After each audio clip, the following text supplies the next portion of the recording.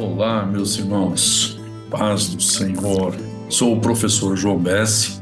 Este é o meu canal, o Teolotube, canal onde colocamos reflexões de um ponto de vista arminiano acerca da palavra de Deus. Quero colocar hoje mais uma reflexão. Está lá no livro de Romanos, capítulo 7, do verso 13 ao 25.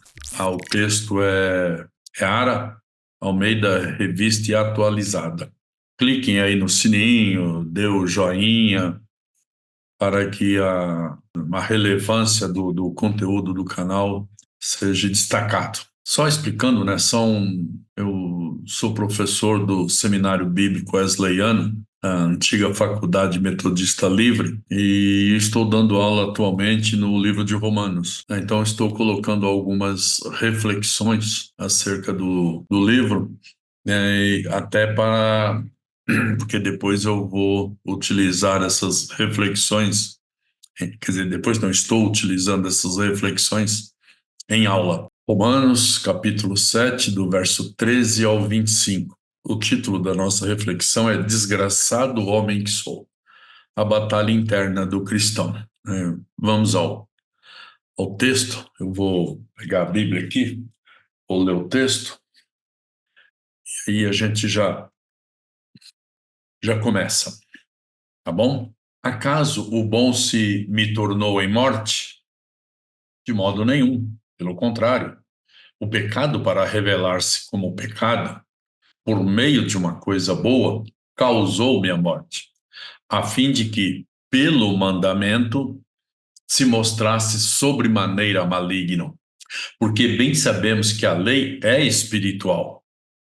Eu, todavia, sou carnal, vendido à escravidão do pecado, porque nem mesmo compreendo o meu próprio modo de agir, pois não faço o que prefiro, e sim o que detesto.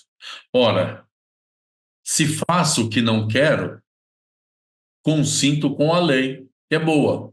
Neste caso, quem faz isto já não sou eu, mas o pecado que habita em mim.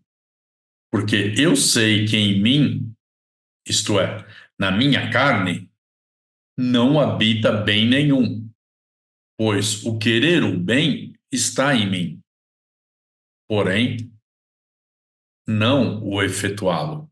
Porque não faço o bem que prefiro, mas o mal que não quero, esse faço. Mas se eu faço o que não quero, já não sou eu quem faz, e sim o pecado que habita em mim. Então, ao querer fazer o bem, encontro a lei de que o mal reside em mim, porque no tocante ao homem interior, tenho prazer na lei de Deus.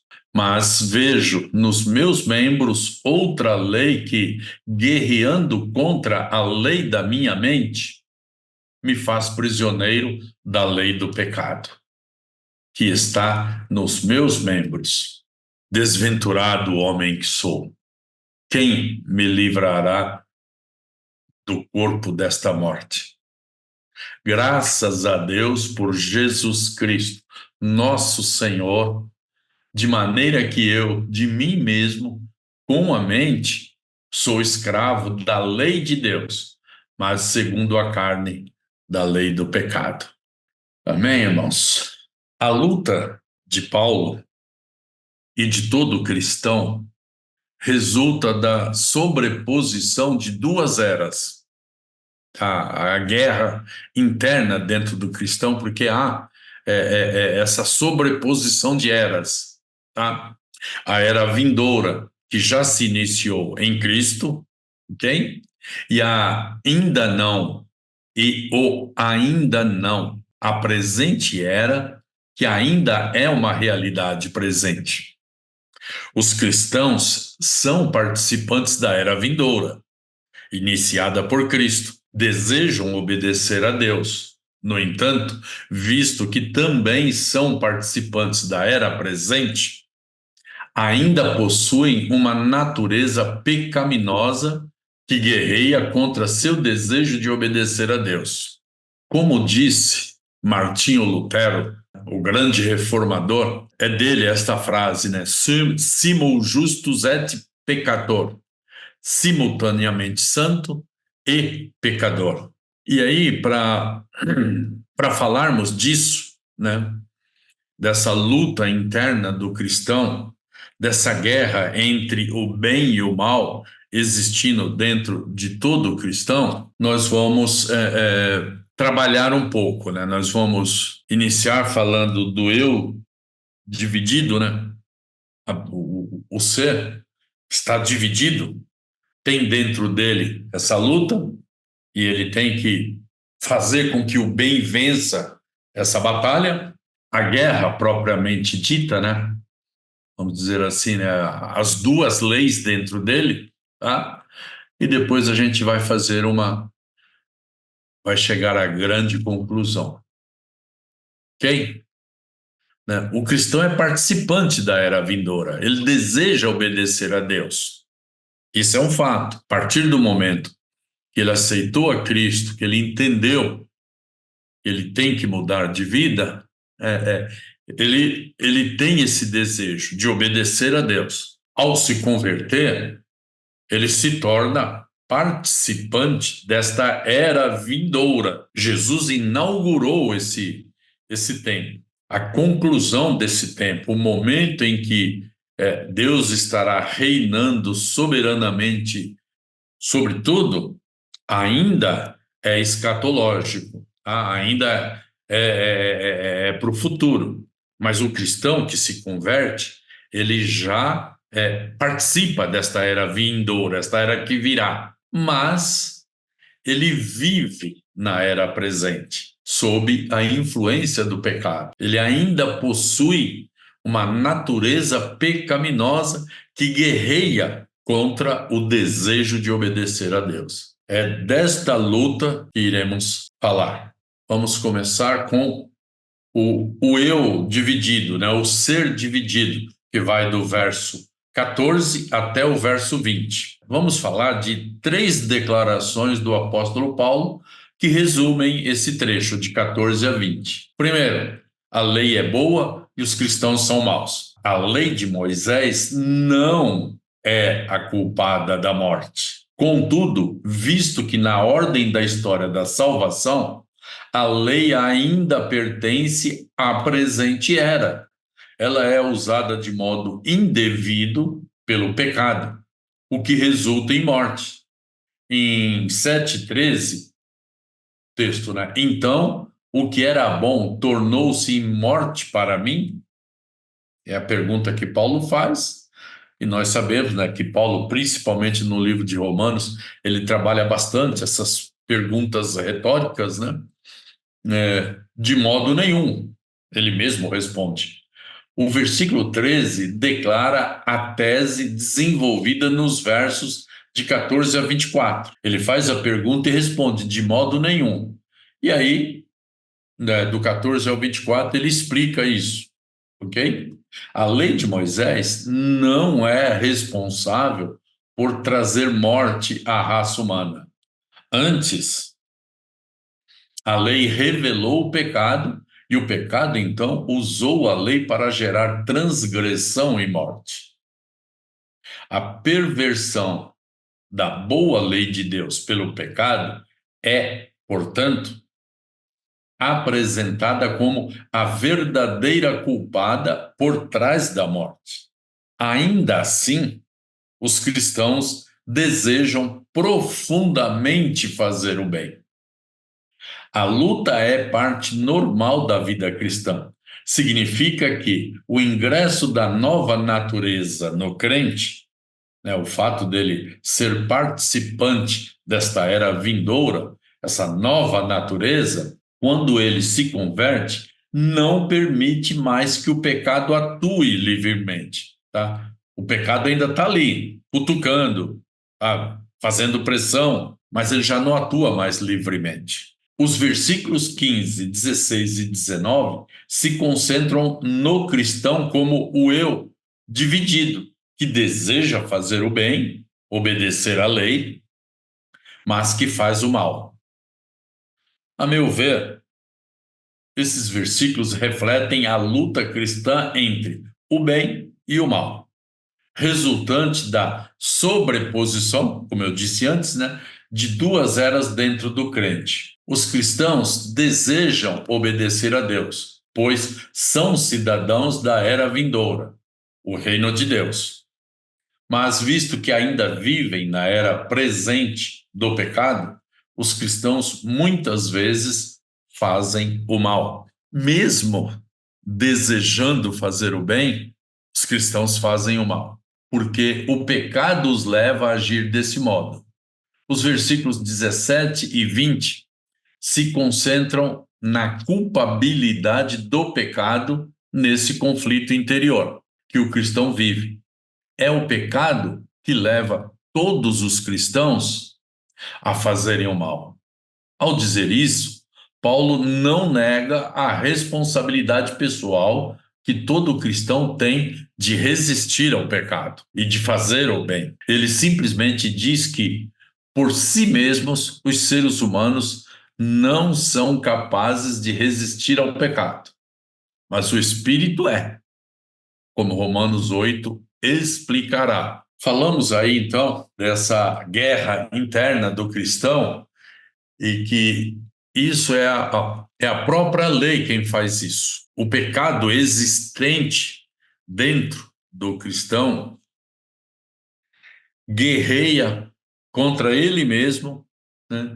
Que são duas eras, né? A era vindoura que o cristão foi inserido ao aceitar o sacrifício de Cristo, ao entender que Cristo morreu na cruz do Calvário para lhe dar salvação, basta ele mudar, fazer agora tudo diferente, né? Obedecer a Deus, mas só que ele vive ainda na era presente, a era dominada pelo pecado. Então existe dentro dele essas duas forças que guerreiam entre si, o bem e o mal.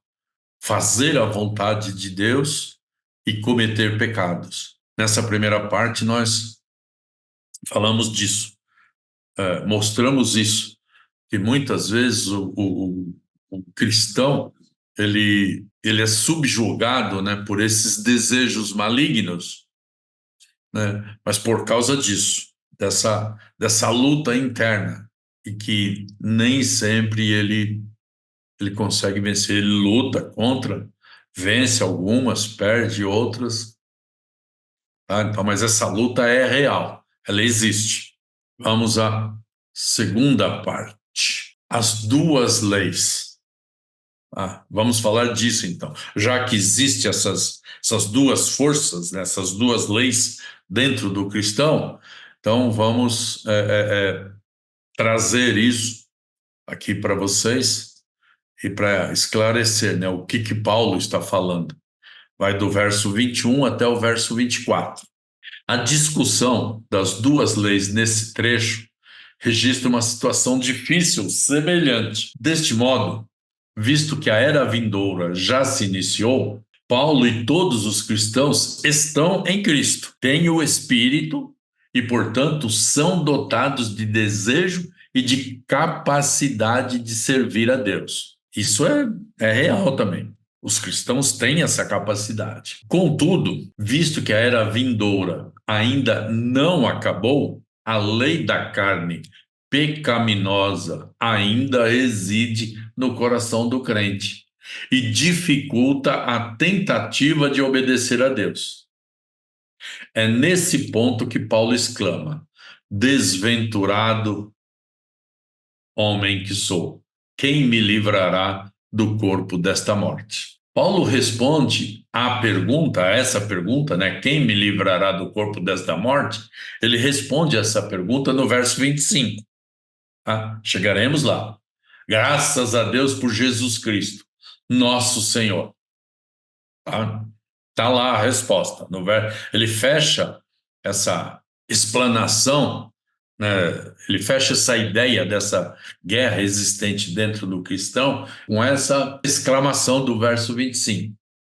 Mas aqui, para a gente entender isso um pouco melhor, eu quero fazer uso da primeira parte do capítulo 7. os versos de 1 a 12 para explicar essa exclamação de Paulo. Graças a Deus por Jesus Cristo, nosso Senhor. Porque senão fica meio vago, né? Mas por quê? Graças a Deus por Jesus Cristo. Né? Então vamos lá. Esses versos, o de 1 a 12, tá? Mostram como fomos libertos da lei e unidos a Cristo. A explicação é: a lei só tem poder sobre alguém enquanto esse alguém vive. Ao morrer, ele rompe definitivamente com a lei. A lei não pode cobrar nada de quem está morto. Tá? Por isso, Cristo morreu e ressuscitou. Por isso, o batismo simboliza a morte da velha criatura que, ao ser imerso nas águas, ao ser retirado das águas, o cristão sai como uma nova criatura para andar em novidade de vida. Vou repetir. Por isso, por causa desse detalhe, né, que a pessoa, né, só está obrigado de cumprir a lei enquanto está vivo. Se ele morre, a lei não pode mais cobrar nada dele. Ele está morto, não tem como ele fazer mais nada. Por isso, Cristo morreu e ressuscitou. Cristo morreu, está morto para o pecado e ressuscitou para uma nova vida, uma vida de obediência a Deus. Portanto, a lei não tem mais nada a ver com ele. Olha lá. E aí, o batismo, o nosso batismo, a simbologia do nosso batismo é essa. O batismo simboliza a morte da velha criatura ao ser imerso nas águas. Tá? A hora que nós somos imersos nas águas do batismo, este ato simboliza a nossa morte para o pecado. Ok? E ao ser retirado das águas, o cristão sai como uma nova criatura para andar em novidade de vida, sem pecar mais. Ficou claro isso? Esses são os pontos que Paulo aplica teologicamente no verso 4, por meio do nosso relacionamento com Cristo em sua morte na cruz. Ok? Por meio do corpo de Cristo, nós, os cristãos, morremos para a lei, isto é, fomos libertados de seu domínio. Agora vivemos em Cristo e no seu amor. Explicamos aqui a segunda parte. Vamos ao fechamento dessa ideia. Vamos ver como que Paulo fecha isso, né? Então, olha lá, glória a Deus. O pecador, nós, os cristãos, o pecador é, afinal de contas, cidadão da era vindoura. Ele não é cidadão desta era presente. Ele é cidadão da era vindoura, o reino de Deus. Quer dizer, tem todas essas dificuldades, mas ele não é cidadão desta era. Ele é cidadão da próxima, da era vindoura. A era onde Cristo dominará, onde Deus será o soberano, sem mais a ação do pecado. Vamos ver como é que Paulo explica isso? O conflito, esse conflito interno, né? Ao invés de causar desespero no cristão, leva o mesmo a perceber que é, afinal de contas, né, cidadão do reino. Ele não é cidadão deste mundo. Neste mundo, o cristão está como peregrino, está de passagem. Ok? O Espírito Santo pode conduzir o cristão à santidade. Vamos lá. Em vez de levar o cristão ao desespero, esse conflito aponta para a boa nova de que o pecador é, afinal de contas, um cidadão da era vindoura. Embora o reino de Deus ainda não tenha se completado, mas ele não é cidadão desta era presente, ele é cidadão da próxima, onde o reino de Deus estará completado. ok? Ademais, em Romanos 8, Paulo afirma que o poder do Espírito que habita no cristão tem importância crítica para a piedade na vida do crente. O Espírito Santo pode conduzir o cristão à vida de santidade de uma forma que a lei do Antigo Testamento não era capaz de fazer. Isso também é sinal de que a era vindoura já se iniciou em Jesus, o Messias. Enquanto estivermos nesse mundo, enfrentaremos o conflito do já, mas ainda não. Quer dizer, já estamos salvos, mas ainda não, ainda estamos neste mundo. Então temos que resistir ao pecado. O pecado, ele jaz à porta, mas cumpre a nós, ao cristão, rejeitá-lo. Ok?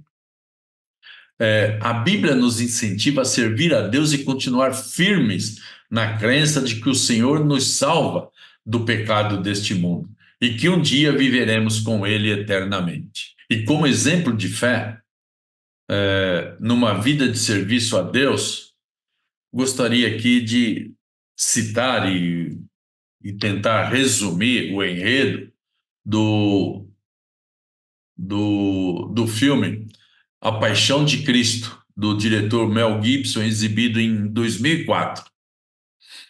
Um retrato vívido e poderoso do sofrimento e da morte de Jesus. Em uma das cenas, Jesus ora no Getsemane, claramente muito angustiado com a morte que se aproxima. Tá? Lendo o texto bíblico, lá os evangelhos, qualquer um vai perceber isso.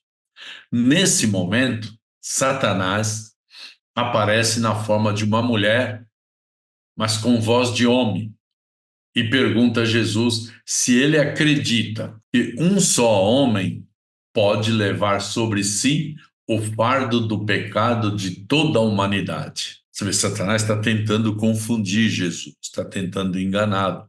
E a Bíblia diz que por um só homem, o pecado, por um só homem, Adão, o pecado entrou no mundo, e por um só homem, a graça de Deus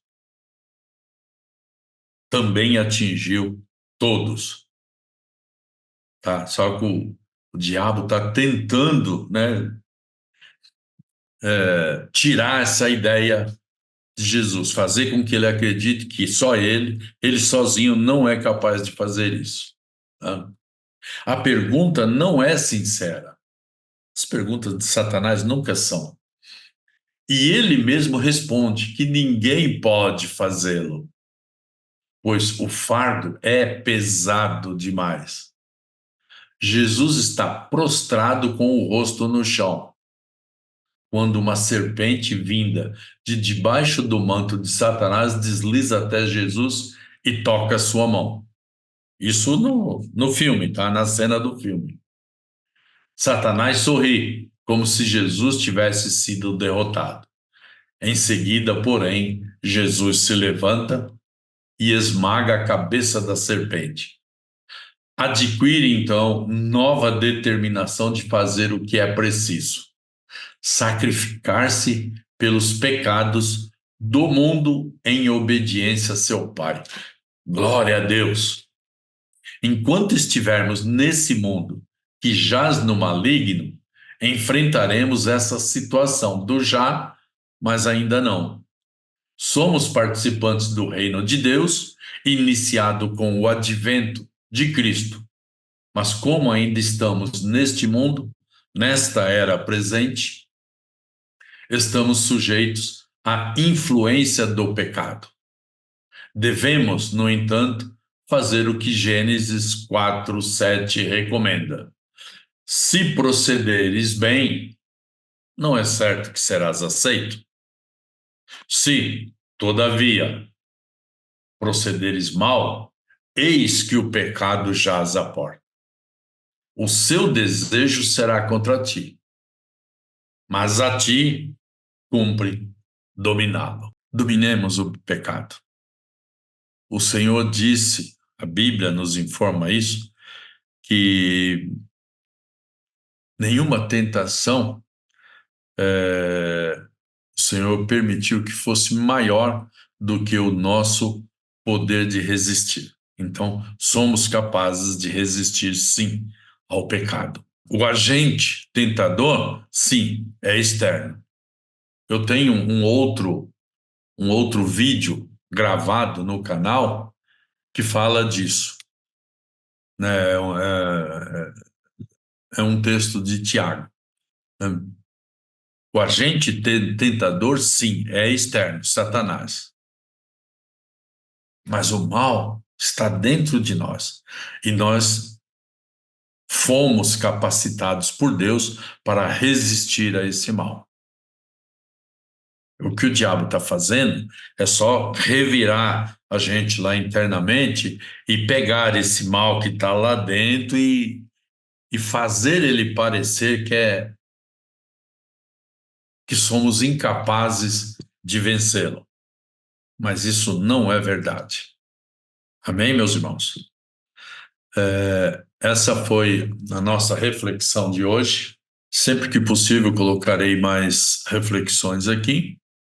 E essa foi a, a reflexão onde Paulo fala dessa guerra interna do cristão e que o cristão é capaz de vencê-la sim. Em nome de Jesus. Amém? Fiquem com Deus e até a próxima.